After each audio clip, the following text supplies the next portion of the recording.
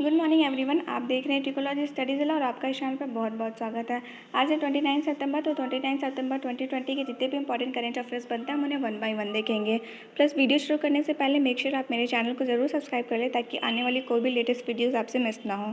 तो चलिए पहला प्रश्न की तरफ बढ़ते हैं। पहला प्रश्न है कि हाल ही में विश्व रेबीज़ दिवस कब मनाया गया। तो विश्व रेबीज़ दिवस जो है वो 28 सितंबर को मनाया गया और इसकी इस बार की थीम थी एंड रेबीज़ कोलैबोरेट वैक्सीन।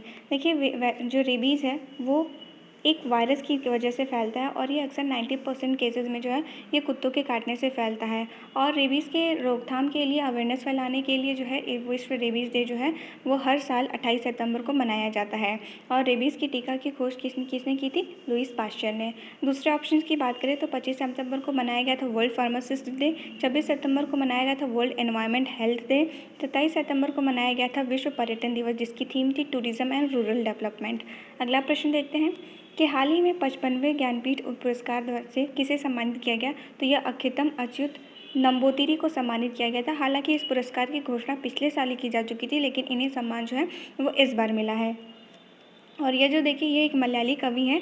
और देखिए जो अगर बात करें ज्ञानपीठ पुरस्कार की तो ज्ञानपीठ पुरस्कार जो है भारतीय साहित्य के लिए दिया जाने वाला सर्वोच्चतम पुरस्कार है। भारत का कोई भी नागरिक अगर जो है 8वीं अनुसूची में बताई गई 22 भाषाओं में से किसी भी भाषा में अगर लिखता हो तो वो इस पुरस्कार के योग्य है। और इसमें देखिए राशि कितना दी जाती है, इसमें जो है 11 लाख रुपये की धनराशि दी जाती है, प्लस प्रशस्ति पत्र दिया जाता है, प्लस वाग्देवी की कांस्य प्रतिमा दी जाती है।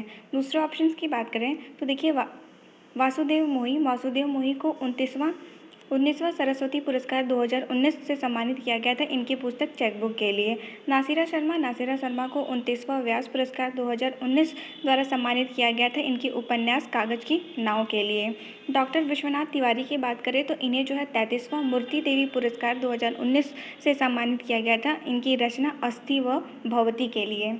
अगला प्रश्न देखिए कि हाल ही में किस राज्य ने पाटा ग्रैंड अवार्ड 2020 जीता है। तो ये देखिए ये केरल सरकार द्वारा जीता गया है। और ये पाटा अवार्ड है क्या? तो देखिए पाटा का फुल फॉर्म है पैसिफिक एशिया ट्रैवल एसोसिएशन, यानी वह टूरिज़्म यानी ट्रैवल से रिलेटेड है। तो देखिए केरल का जो टूरिज़्म डिपार्टमेंट है इसने एक अभियान चलाया था ह्यूमन बाई नेचर। तो इस अभियान के लिए इन्हें जो है वो पाटा ग्रैंड अवार्ड 2020 द्वारा सम्मानित किया गया था।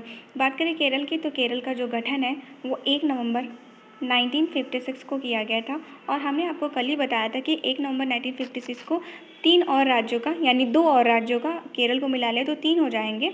तो 3 राज्यों का जो है वो गठन किया गया था। वे कौन कौन से हैं? तो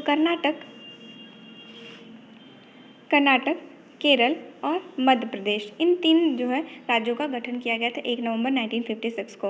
और केरल के गवर्नर है आरिफ मोहम्मद खान और सीएम है पिनरई विजयन। और देखिए केरल ने जो है गैर संचारी रोग को कंट्रोल करने के लिए यूनाइटेड नेशन अवार्ड जीता है। और भारत का पहला मेडिकल डिवाइस पार्क स्थापित करने वाला और पहला राज्य जो है वो केरल बना है। अगला प्रश्न देखिए। अगला प्रश्न है कि हाल ही में खुली बीड़ी और सिगरेट बेचने पर प्रतिबंध लगाने वाला पहला राज्य कौन बना है। तो ये जो है महाराष्ट्र बना है।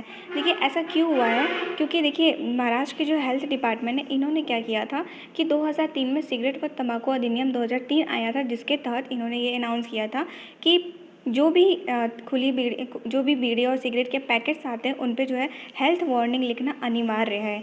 लेकिन जो है खुली बीड़ी और सिगरेट जो है पे जो तो पैकेट होते नहीं तो इन पे कैसे हेल्थ वार्निंग लिखी जाए। तो इसलिए जो है महाराष्ट्र सरकार ने खुली बीड़ी और सिगरेट पर क्या कर दिया, पूरी तरह से प्रतिबंध लगा दिया है। महाराष्ट्र की स्थापना की बात करें तो महाराष्ट्र की स्थापना 1 मई 1960 को की गई थी और 1 मई 1960 को ही जो है गुजरात का भी गठन किया गया था। और महाराष्ट्र के गवर्नर है भगत सिंह कोश्यारी और सीएम है उद्धव ठाकरे। महाराष्ट्र जो है देखिए टैप वाटर रैंकिंग में प्रथम स्थान पे रहा था। और जो है महाराष्ट्र के मुंबई में हेडक्वार्टर है एनएससी का यानी नेशनल स्टॉक एक्सचेंज, बीएससी का यानी बॉम्बे स्टॉक एक्सचेंज और सेबी का यानी securities and exchange board of India. दूसरा ऑप्शन की बात करें तो देखिए राजस्थान बायोफ्यूल पॉलिसी लागू करने वाला पहला राज्य बना है यानी जैव ईंधन नीति लागू करने वाला पहला राज्य बना है। हिमाचल प्रदेश की बात करें तो हिमाचल प्रदेश जो है नेशनल एजुकेशन पॉलिसी लागू करने वाला पहला राज्य बना है। और मेघालय की बात करें तो मेघालय जो है वो जल नीति लागू करने वाला पहला राज्य बना है। अगला प्रश्न देखते हैं कि हाल ही में T20 इंटरनेशनल में 3000 रन बनाने वाली दूसरी महिला क्रिकेटर कौन बन गई है। तो यह बन गई है स्टेफनी टेलर्स। तो आप लोगों के देखिए स्टेफनी टेलर जो है वो जमैका की रहने वाली है, और अगर पहला पूछा जाए तो पहला जो बनी थी वो सूजी बेट्स बनी थी, ये ध्यान रखिएगा। प्लस देखिए शेफाली वर्मा के बारे में जानते हैं आप लोग कि ये वर्ल्ड कप फाइनल में खेलने वाली जो है विश्व की सबसे युवा खिलाड़ी बनी थी। और स्मृति मंदाना ये जो 2019 में ICC women's cricketer of the year से नवाजा जा चुका है। अगला प्रश्न देखिए कि हाल ही में आईपीएल में सबसे तेज शतक बनाने वाले दूसरे भारतीय कौन बने। देखिए इस टाइम आईपीएल चल रहा है, तो आईपीएल से बहुत ज़्यादा क्वेश्चन जो है वो बनेंगे ही इस टाइम। तो देखिए ये पूछा गया है कि आईपीएल में सबसे तेज शतक बनाने वाले दूसरे भारतीय कौन बन गए हैं, तो यह बन गए हैं मयंक अग्रवाल। और पहले कौन थे, तो पहले जो है ये यूसुफ पठान थे।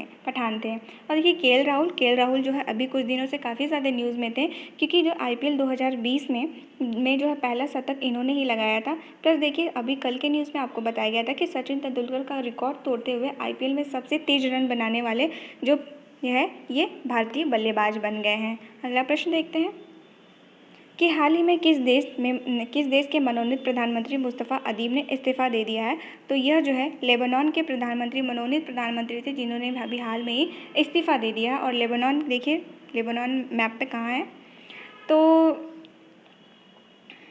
आई थिंक 1 सेकेंड,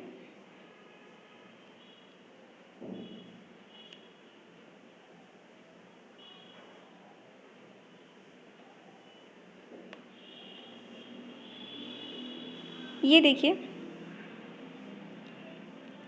ये आप देख रहे हैं यहाँ पे ईरान है, यहाँ पे इराक है, ये है जॉर्डन, नीचे जाएंगे तो सऊदी अरेबिया, ऊपर सीरिया।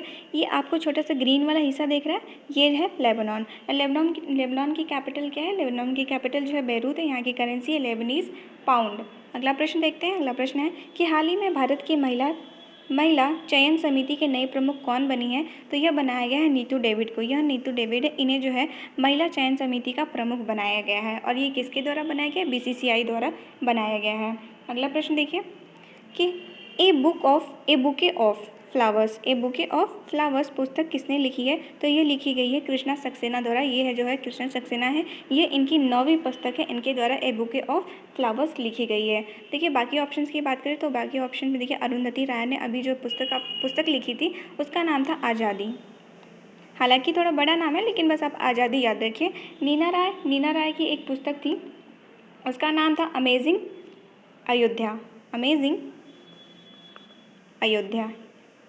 अयोध्या। कृष्णा सक्सेना, ये तो हमने आपको बताया है कि ए बुके ऑफ फ्लावर्स। और सलमान रश्दी की बहुत ही फेमस बुक है क्वी शॉट।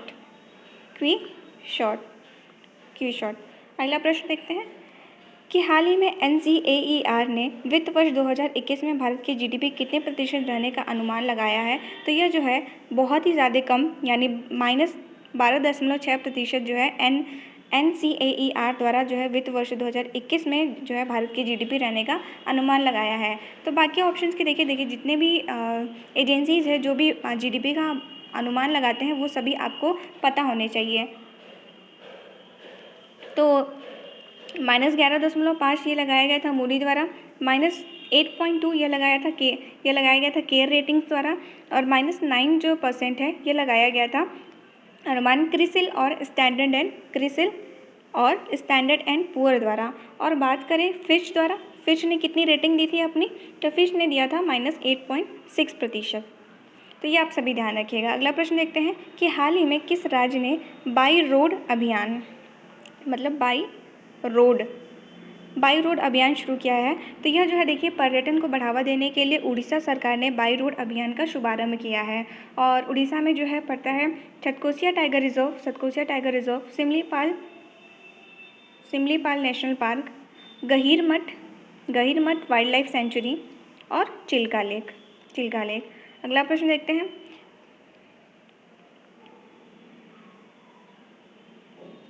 हाल ही में रशियन ग्रांड प्रिक्स 2020 किसने जीता है, तो यह जीता गया है वोल्टेरी बोटास द्वारा। देखिए वोल्टेरी बोटास द्वारा इन्होंने जीता है रशियन ग्रांड प्रिक्स 2020। ये किसके ड्राइवर है, ये मर्सिडीज़ के ड्राइवर हैं। और दूसरे स्थान पे हासिल किया है मैक्स वेस्टार्पन, और लुइस हैमिल्टन ने ये तीसरा स्थान प्राप्त किया है। अगला प्रश्न देखिए कि हाल ही में जो है रसायन और उर्वरक मंत्रालय ने ने देश में कितने प्लास्टिक पार्क स्थापित करने की घोषणा की है, तो यह जो है देश में टोटल 10 जो है वो प्लास्टिक पार्क स्थापित किए जाएंगे। और रसायन और उर्वरक मंत्रालय के मंत्री हैं सदानंद गौड़ा। तो दैट्स इट, ये था आज का पूरा करंट अफेयर्स। आई होप आपको ये पसंद आया होगा, मैंने क्योंकि काफ़ी डिटेल में कवर किया। तो थैंक यू फॉर वॉचिंग और मिलते हैं आपको अगले दिन के करंट अफेयर्स में।